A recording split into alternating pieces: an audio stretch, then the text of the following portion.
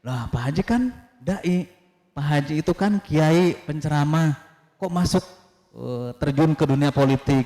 Ulama mah ulama we atuh untuk ikut ke politik, politik mah da kotor dan sebagainya. Kalau Pak Haji ke politik, terus kumaha umat, katanya gitu. Nah, bagaimana pendapat Pak Haji mencermati fenomena ini Pak Haji? Aslinya politik itu adalah bersih, yang kotor itu adalah orang-orangnya.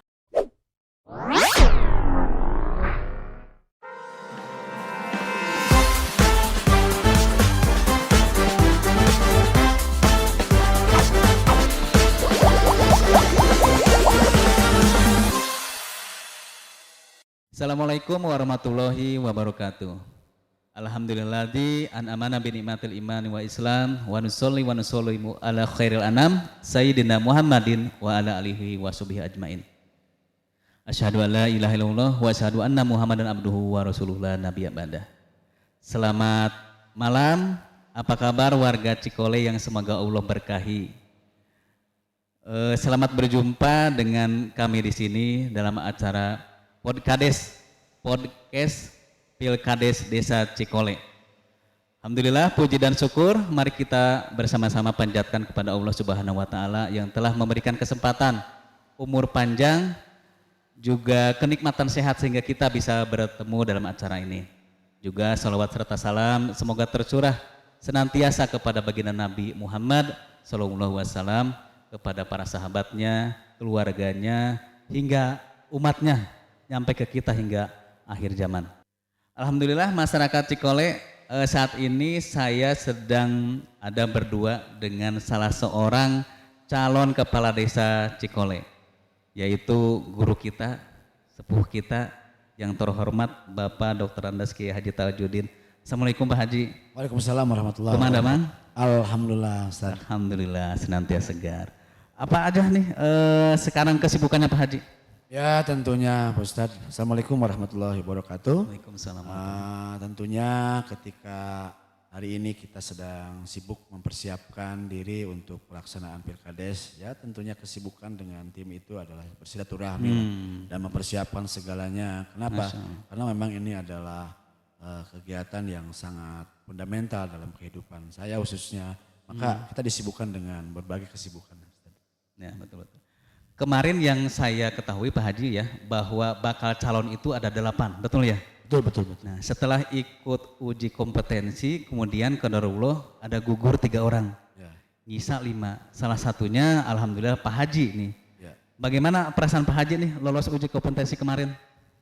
Ya itu bersyukurlah kepada Allah, tentunya dalam bahasa Sunda adalah plong lah kita. Ya. Plong ya Pak Haji? Ya betul, karena orang lain itu di desa lain langsung tarung di TPS. Untuk Cikole ini beberapa desa harus masuk dulu uji kompetensi. Tentunya ini adalah sebuah tantangan karena diuji akademis. Ya. Belum apa-apa sudah ditandingin. Betul. Jadi ini memerlukan mental yang sangat lumayan lah. Tentunya bukan hanya Pak Haji, itu para pendukung. Ini para pendukung malah yang deg-degan ya Pak Haji. Yang deg-degan itu. Apalagi hasilnya itu sampai melebihi maghrib itu. Semuanya deg-degan terus menolak. Tapi alhamdulillah sekarang sudah plong semuanya. Alhamdulillah. Nah Pak Haji, di podcast ini ada beberapa pertanyaan nih yang kami rangkum nih dari masyarakat terkait pencalonan Pak Haji nih. Ya. Dari sekian pertanyaan nih, yang pertama ya, masyarakat tuh pengen tahu sih apa yang melatar belakangi ini, apa alasan Pak Haji sehingga berani bertarung dalam tanda kutip di Pilkades Cikole nih Pak Haji. Apa alasannya? Ya kita banyak sebetulnya alasannya Ustadz. Tentunya ada 2 ayat lah yang melatar belakangi bagaimana Pak Haji bisa masuk ke kancah politik Pilkades. Yang pertama adalah kita berniat untuk ibadah lah. Jadi itu ibadah udah. Kenapa? Karena kita sebagai muslim yang beriman tentunya berdasarkan surat Az-Zariyat 56, a'udzubillahi minasyaitonirrajim. Wa ma khalaqtul jinna wal insa illa liya'budun. Tidaklah kami ciptakan jin dan manusia kecuali mereka harus beribadah. Maka ini adalah bagian dari ibadah. Seorang pemimpin itu adalah bagian dari ibadah. Jadi betapa ibadah tidak terbatas, kita melaksanakan sholat 5 waktu, puasa, haji, umroh. Tetapi seluruh aktivitas kita adalah ibadah. Ada sebuah ungkapan ulama, hayatuna kulluha ibadah. Kehidupan kita adalah ibadah. Seluruh aktivitas adalah ibadah. Maka menjadi motivasi Pak Haji dalam rangka mengabdi dan ibadah kepada Allah Subhanahu wa taala dalam bentuk pengabdian untuk masyarakat. Masya Allah. Yang kedua adalah surat Al-Baqarah ayat 30 Ustaz. Jadi kita untuk memperankan sebagai khalifah ya. Jadi dikatakan bahwa Allah menciptakan Nabi Adam itu sebagai khalifah. Dan fungsi khalifah adalah untuk mengurus alam ini, dunia ini. Tentunya itu yang menjadi latar belakang, maka khalifah dalam arti kepemimpinan ini merupakan bagian fungsi dari kita sebagai hamba Allah Subhanahu wa taala. Jadi fungsi hamba Allah mengabdi dan fungsi khalifah untuk ikut partisipasi mengurus dunia ini, alam ini. Itu yang Alhamdulillah. Jadi ini bentuk lain ibadah Pak Haji, bukan saja sebagai pendakwah tapi sebagai seorang pemimpin ya Pak Haji. Ya betul. Sebagai khalifah fil ardi mengurusi hajat hidup orang banyak itu udah masuk ibadah ya Pak Haji ya. Ya betul. Karena selama ini ibadah dianggap ya sholat, zakat, haji. Cuma di masjid. Ya begitu. Jadi artinya bahwa ini memaknai ibadah sangat luas.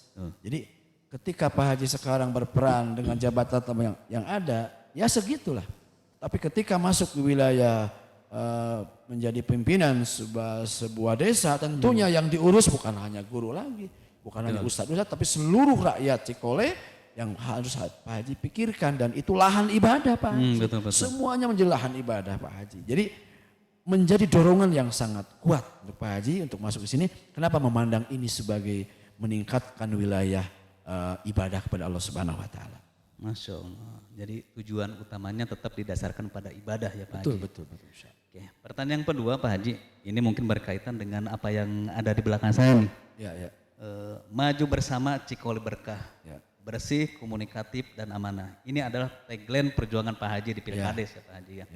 Nah pertanyaannya adalah program-program apa saja nih yang dari Berkah itu yang Pak Haji tawarkan kepada masyarakat sehingga masyarakat mau nih memilih Pak Haji sebagai pimpinan mereka di Desa Cikole. Baik Pak Ustadz, jadi kita diwajibkan seorang pemimpin itu membuat ya sebelum program kerja sebetulnya ada visi misi ya. Tentunya di sini visi kita adalah bagaimana terwujudnya pemerintahan Desa Cikole yang berkah. Ya, berkah dengan makna penuh kebaikan, ya kan? Kemudian kalau berkah di sini adalah singkatan dari bersih, komunikatif, dan amanah. Nah itu ya, itu visi. Jadi bagaimana mengelola pemerintahan Desa Cikole ini ke depan harus bersih, kemudian komunikatif, artinya unsur aparat, pimpinan dengan masyarakat dan seluruh stakeholder yang ada di masyarakat Cikole itu harus ada komunikasi. Ya. Kemudian amanah tentu ini harapan seluruh rakyat ini ya sebetulnya amanah. Bahkan ada dua nih Ustadz. Jadi masyarakat itu mengharap dua sebetulnya, yang paling pokok amanah dan transparan. Ini yang menjadi bagian penting. Maka lahirlah visi dari Pak Haji seperti itu. Ya. Kemudian nanti dijelaskan dengan langkah-langkah secara global menciptakan pemerintahan Desa Cikole yang terbuka, profesional, kemudian dapat dipertanggungjawabkan dan bebas dari korupsi. Ya. Kita tahu bahwa korupsi inilah salah satu penyakit bangsa kita yang akan menghambat kesejahteraan rakyat. Itu penyakit yang akut dan di semua lini ada Pak Haji. Oh iya betul. Itu seperti kanker yang menggerogoti tubuh. Emang harus diberantas. Harus ya. Makanya ada lahir KPK kan. Nah, itu artinya itu ya. Itu ya kita masukkan. Kenapa? Karena dari bawah dulu. Nah ini konon bahwa bangsa kita ya problem yang paling banyak adalah tentang korupsi, itu yang pertama. Yang kedua, menciptakan pemerintahan Cikole yang mampu menjalin komunikasi. Nah ini dan interaksi dengan masyarakat dalam rangka pembangunan yang optimal. Ini diperlukan karena selama ini komunikasi Pak. Jadi masyarakat itu memerlukan kehadiran seorang pemimpin di tengah masyarakat. Jadi mau menyampaikan aspirasi seperti apa kalau tidak difasilitasi, maka ini penting sekali komunikasi. Selama ini kan kalau kita lihat komunikasi itu ada, pemimpin itu ada ketika ingin meraih suara saja. Mereka pemimpin itu datang ke masyarakat ketika akan mencalonkan saja. Ketika sudah jadi komunikasi putus. Itu. Mungkin itu enggak di Pak Haji mah ya Pak. Ya insya Allah justru itu yang paling penting. Problem yang terjadi di Cikole itu sebetulnya itulah yang belum terbangun secara optimal tentang komunikasi ya. Sehingga mohon maaf nih sebagai contoh nih saya temuan di masyarakat nih Pak Ustadz ya.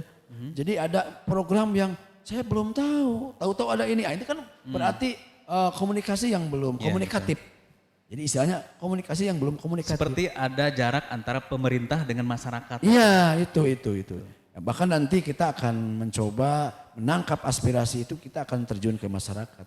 Nanti Pak Haji akan masuk ke masyarakat itu, apalagi di awal-awal kepemimpinan kalau ada qadarullah, maka kita akan masuk ke menampung aspirasi, keinginan, problem, keluhan-keluhan. Itu pemimpin harus tahu keluhan-keluhan. Ya. Itu yang paling penting pemimpin mengerti dan itu dibangun dengan komunikasi. Kemudian yang ketiga, menciptakan pemerintah Cikole yang bertanggung jawab, dapat dipercaya dan menjalankan tugasnya dengan sebaik-baiknya. Itulah amanah, Pak ya. Kemudian yang keempat, memfasilitasi keterlibatan masyarakat dalam pengelolaan, ya. Kemudian pembuatan produk dan pelatihan-pelatihan serta mengembangkan keterampilan di berbagai sektor ya. Nah ini kita kan nanti akan dibentuk sektor-sektor, kita ada pertanian, peternakan, kemudian ada pariwisata. Kenapa tidak ada lembaga-lembaga di sekitar kita, Pak. Ini yang paling penting ya. Jadi kita akan memanfaatkan itu semua. Maka misi yang kelima seperti itu. Yang kelima adalah berupaya menciptakan lapangan pekerjaan dengan melakukan kolaborasi kemitraan dengan pihak swasta ataupun pihak pemerintahan. Ini sebagai contoh Ustadz, di Cikole ini ada balai latihan kerja. Ya. Ini kenapa kita hanya penonton saja? Itu dari departemen atau Menteri Tenaga Kerja yang menyiapkan. Ya nanti ke depan kita akan melakukan MOU lah. Apapun program dari BLK ini kita harus bisa menangkap dan ikut terlibat. Dan ini di Cikole ini menurut catatan itu masih banyak yang menganggur. Kalaupun mereka dari keluaran SMK tapi masih banyak pengangguran. Nah kemarin ada ketika Pak Haji Silaturahmi, Pak Haji kalau Pak Haji jadi kepala desa ini titip tolong bagaimana nanti ada forum penyaluran tenaga kerja. Oke. Dan itu menjadi bagian terpenting program Pak Haji adalah untuk menuntaskan pengangguran. Kita potensi pertanian, peternakan, pariwisata tidak pantaslah banyak pengangguran. Ini kenapa? Karena ada potensi. Itu Ustaz. Masya Allah pemaparan yang sangat luar biasa ya. Di balik kata berkah, bersih, komunikatif dan amanah itu ternyata ada program-program yang sangat luar biasa yang Pak Haji siapkan untuk masyarakat Cikole. Masya Allah. Luar biasa Pak Haji. Ya. Terus ini ya Pak Haji ya. Salah satu syarat seseorang menjadi pemimpin di suatu daerah itu adalah pengetahuan beliau terhadap pemerintah, terhadap daerah yang akan dipimpinnya. Akan sangat aneh jikalau seseorang ingin berniat menjadi pemimpin di sebuah daerah, tapi kemudian dia tidak mengenal daerahnya, tidak mengenal potensinya. Lantas pertanyaannya, apa yang akan dia pimpin? Nah, pertanyaan saya ke Pak Haji adalah, menurut Pak Haji nih, potensi apa saja yang ada di Cikole yang selama ini belum tergarap secara optimal Pak Haji? Baik, kalau kita berbicara potensi, ada potensi sumber daya manusia ya. Jadi di Cikole ini sebetulnya potensi sumber daya manusia luar biasa Pak. Sekarang sudah tidak lagi mereka yang tidak sekolah sampai SMA lah ya. Wajib belajar 12 tahun. Kemudian yang paling penting di Cikole ini banyak Pak ahli-ahli. Bahkan ada profesor, doktor yang mereka memiliki keahlian masing-masing. Ini tentunya harus dioptimalkan. Ada di kita ini ada kan ahli pertanian, ahli peternakan, ahli bisnis, ahli pariwisata, ahli pendidikan, seluruh potensi ada di Cikole. Itu SDM. Ya, maka nanti kita akan optimalkan itu. Mereka harus ikut memikirkan Cikole, nggak berdiri sendiri. Mereka tinggal di Cikole, bagaimana ilmu mereka disumbangkan untuk kemajuan Cikole. Ya, makanya nanti Pak Haji akan merekrut semua potensi sumber daya ini yang ada di Cikole. Yang kedua adalah sumber daya alam nih Ustaz ya. Cikole ini luar biasa. Coba dilihat di Google, ternyata memang Cikole ini termasuk salah satu desa urutan ke-8 se-Indonesia loh. Ke-8 se-Indonesia Pak Iya, Haji. bukan se-Jawa Barat, se-Indonesia. Masya Allah. Urutan ke-8 terkaya potensi. Harus bangga nih orang Cikole nih. Iya betul. Nah maka potensi inilah ada 3 potensi lah setidaknya Ustaz. Pertama adalah potensi pertanian. Ya orang sudah tahu sih sebetulnya. Yang namanya tomat itu dari Cikole, dari Lembang. Itu menjadi ikon nasional. Itu artinya Cikole sebagai apa? Sebagai daerah yang punya potensi pertanian yang luar biasa. Sayur-sayurnya yang luar biasa ya. Dan sampai kita ada balitsa kan. Betul. Sebetulnya itulah yang membuat kita bangga sebetulnya sebagai orang Cikole. Yang kedua adalah potensi peternakan. Ya. Tentunya saya teringat ketika dulu Pak Haji masih SD. Wah Pak Haji itu ada pelopor ternak sapi dulu. Pak Haji masih ingat ya. Sampai hari ini. Sampai lahirlah KPSBU ya. Itu artinya potensi peternakan yang luar biasa. Kita saksikan sekarang ikon Lembang ini kan bolu susu Lembang. Betul ya? Dengan segala variannya. Betul. Jadi dari mulai Lembang sampai Subang sekarang Betul. sudah berjejer. Artinya ini potensi peternakan yang bagus diolah. Ini artinya bukannya susu, tetapi bagaimana olahan pasca panen. Ini luar biasa. Susu dan turunannya. Iya betul. Nanti kita dikembangkan lagi. Bisa jadi karamel dan yang lainnya ini luar biasa. Maka ini yang ketiga adalah potensi wisata. Kita sangat paham dan tahu bahkan kita terkenal sebagai daerah pariwisata. Ya. Lembang, Cikole itu ikon nasional lah. Yang namanya Sabtu Minggu Ustaz ya. Wah ramai itu. Ramai sekali wisatawan. Tentunya ini menjadi bagian potensi. Ribuan mungkin jutaan yang akan berkunjung ke Cikole ini.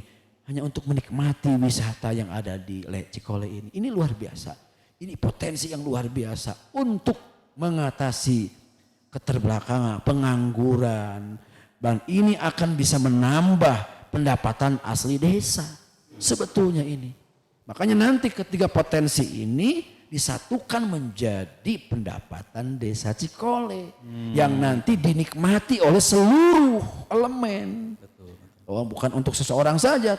Tapi potensi ini harus dinikmati oleh seluruh elemen. Dan paling akhir adalah meningkatkan kesejahteraan seluruh rakyat Cikole. Itu betul. Jadi bagaimana kita bisa menggarap ketiga potensi itu menjadi sesuatu yang menghasilkan dan memakmurkan. Betul. Tidak saja itu menjadi pendapatan asli desa, tapi juga ikut mensejahterakan rakyat Cikole ya Pak Haji. Betul. Masya Allah luar biasa. Ya. Nah pertanyaan selanjutnya Pak Haji ya. Ini berangkat dari sebuah isu yang dari awal Pak Haji mencalonkan diri jadi kepala desa. Sebagaimana kita ketahui Bapak Haji itu adalah seorang dai, seorang ulama. Nah, ketika Pak Haji mencalonkan diri, itu banyak suara-suara sumbang yang kemudian mempertanyakan Pak Haji. Lah, Pak Haji kan dai, Pak Haji itu kan kiai penceramah, kok masuk terjun ke dunia politik? Ulama mah ulama atuh untuk ikut ke politik mah da kotor dan sebagainya. Kalau Pak Haji ke politik, terus kumaha umat? Katanya gitu. Nah, bagaimana pendapat Pak Haji mencermati fenomena ini Pak Haji? Ya, terima kasih Ustaz. Ya, justru inilah masyarakat perlu diedukasi, dipahamkan tentang makna politik kan. Jadi kan politik dalam bahasa agama itu as-siyasah.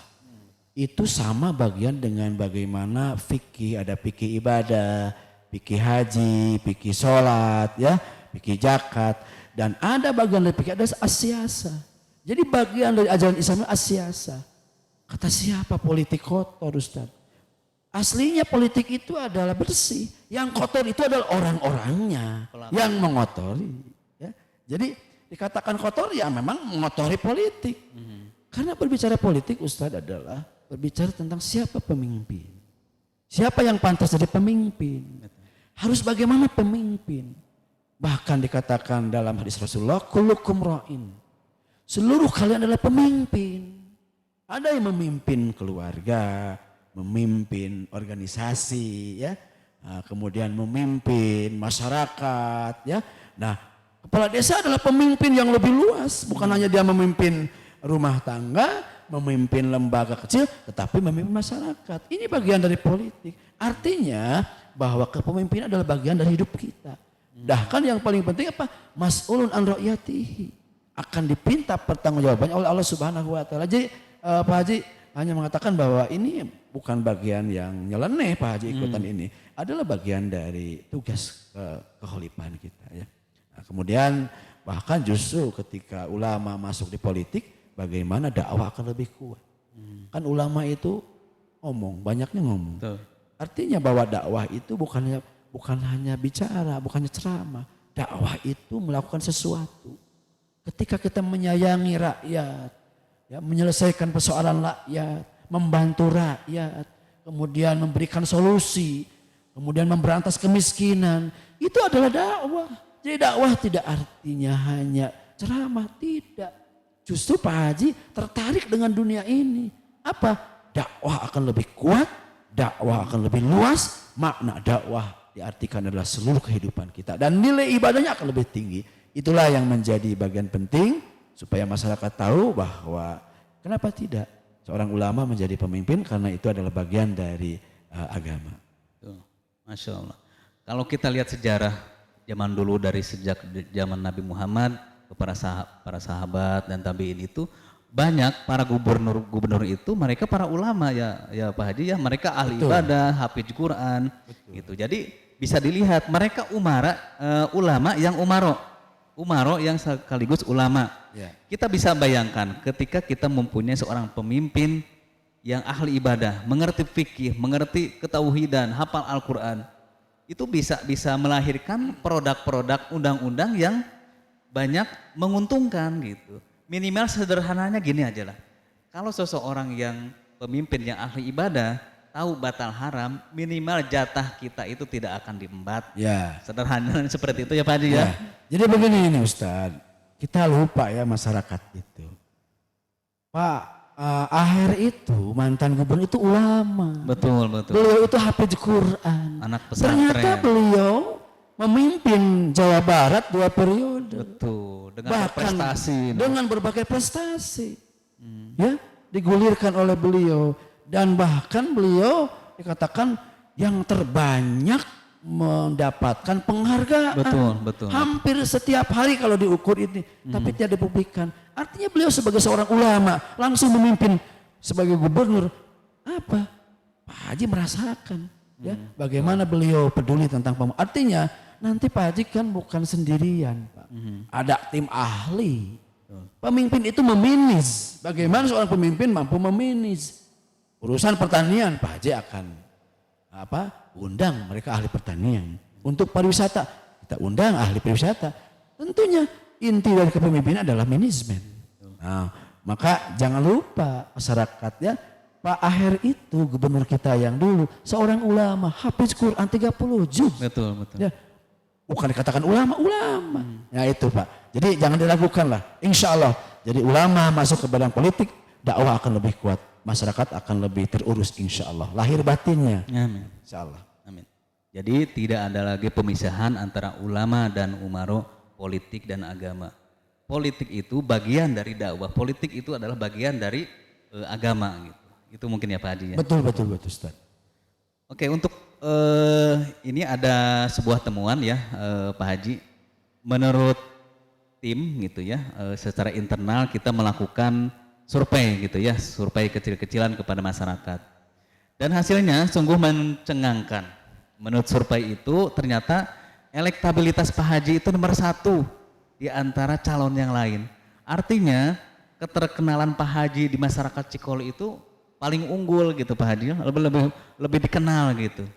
Nah, menurut Pak Haji gimana ini kenyataan seperti ini? Ya, terima kasih kepada masyarakat dan alhamdulillah lah mereka telah memberikan penilaian terhadap Pak Haji ya. Ya itulah mungkin masyarakat, biarkan masyarakat menilai dan memang mudah-mudahan ini menjadi sebuah motivasi untuk Pak Haji untuk terus memperbaiki diri ya. Tidak berarti Pak Haji adalah orang yang terbaik, enggak. Tapi itulah mungkin masyarakat sudah mulai mau menilai. Tentunya kita terima kasihlah kepada masyarakat yang telah memberikan penilaian kepada Pak Haji. Tentunya masih banyak kekurangan, insya Allah nanti ke depan kita terus memperbaiki diri. Alhamdulillah, mudah-mudahan elektabilitas itu membuahkan hasil yang positif ya Pak Haji. Insya Allah, ya, insya buat Allah, Pak Haji dan juga buat masyarakat Cikole. Oke. Selanjutnya Pak Haji, dalam sebuah perlombaan atau apapun itu dalam konstelasi politik tentunya orang itu lebih cenderung lebih siap menang daripada kalah. Nah, kalau nih seandainya qadarullah Pak Haji kalah dalam pencalonan kepala desa ini, bagaimana sikap Pak Haji? Baik, itu sempat ada yang bertanya ke Pak Haji. Beliau mengatakan tidak siap menang. Pak Haji kalau kalah, saya sangat siap kalah. Kenapa? Ya sudahlah, kepemimpinan itu takdir Allah. Allah berikan kepemimpinan dari Allah. Allah mencabut kepemimpinan dari Allah juga ya. Oleh karena itu Pak Haji akan sangat legowo, akan mendukung siapapun yang menjadi pemimpin dan Pak Haji pun akan mendukung ya, masyarakat pun harus mendukung. Semuanya menjadi cair kembali lah. Tidak ada sekat di antara kita semua pun, karena semuanya adalah ingin membangun Cikole. Tentunya nanti ide-ide Pak Haji bisa disampaikan kepada siapa saja yang memimpin, itu yang paling penting. Artinya bahwa Pak Haji siap untuk kalah dan siap tetap akan mengabdi untuk Cikole yang tercinta ini. Siap untuk kalah tapi lebih siap lagi untuk menang ya Pak Haji. Oh tentunya, karena target kita adalah menang. Iya. Toh yang namanya melakukan kebaikan itu tidak selalu harus ada di posisi sebagai pejabat ya Pak Haji ya. Sebagai seorang hamba Allah yang beriman, emang tugas kita melakukan kebaikan sebagai bagian dari ibadah. Nah, pertanyaan terakhir nih, apa harapan Pak Haji terhadap pesta demokrasi pemilihan kepala desa Cikole ini? Harapannya apa? Ya baik, terima kasih Ustadz. Tentunya ini yang paling penting buat masyarakat Cikole. Mari kita berbondong-bondong tanggal 2 Juli, datanglah ke TPS. Satu suara adalah menentukan untuk masa depan Cikole ini. Masa depan untuk 6 tahun ke depan. Artinya manfaatkanlah, gunakan hak pilih Bapak Ibu masyarakat Cikole. Jangan ada golput. Jangan ada golput. Ya, kita cobloskan nggak 2 jam Ustaz. Betul. Paling juga 10 menit lah. Dagang masih ada. Rezeki mau kemana lah. Tinggalkan dulu dagangnya. Tinggalkan dulu kebunnya. Yalah, sempatkan dulu. Karena ini adalah bagian terpenting menyangkut masa depan Cikole, masa depan Bandung Barat, masa depan Indonesia. Karena pembangunan negara Republik Indonesia ini berbasis di desa. Betul. Maka diperlukan peran serta seluruh elemen masyarakat Cikole dalam hal ini, dalam ikutan memilih atau menyumbangkan suaranya untuk Pilkades ini. Jadi sekali lagi Bapak berharap seluruh masyarakat Cikole mari berbondong-bondong manfaatkan, jangan ada satupun yang tidak memilih. Sekali lagi kata terakhir amanat dari panitia ya, jangan golput, manfaatkan hak pilih Bapak Ibu semua. Demikian. Baik, terima kasih. Tadi ucapan dari terakhir dari Pak Haji adalah jangan golput. Pilkades adalah momen kita untuk bangkit, untuk berubah ke arah yang lebih baik. Cukuplah hari kemarin kita bisa berkaca apa yang kurang dan apa yang lebih. Yang kurang mari kita perbaharui dengan pemimpin yang baru hasil pilihan kita semua. Yang lebihnya mari kita tingkatkan. Satu lagi, jangan golput. Pak Haji, terima kasih sudah mampir di podcast kita. Mudah-mudahan yang terbaik buat Pak Haji. Kehadiran Pak Haji bisa membawa keberkahan untuk kita semua, untuk Cikole. Amin, amin. Terima kasih Pak Haji. Ya. Assalamualaikum warahmatullahi wabarakatuh. Waalaikumsalam. Baik, masyarakat Cikole yang semoga Allah berkahi. Demikian podcast kita kali ini. Sebagai closing dari saya adalah kebaikan itu tidak datang secara tiba-tiba, tapi kebaikan itu adalah diikhtiarkan sebagai bentuk upaya kita meningkatkan kehidupan yang lebih baik. Pilkades Cikole adalah satu ikhtiar kita memperbaiki Cikole untuk kedepannya lebih baik lagi dan lebih berkah. Satu kali lagi, jangan golput. Terima kasih, mohon maaf atas segala kekurangan. Assalamualaikum warahmatullahi wabarakatuh.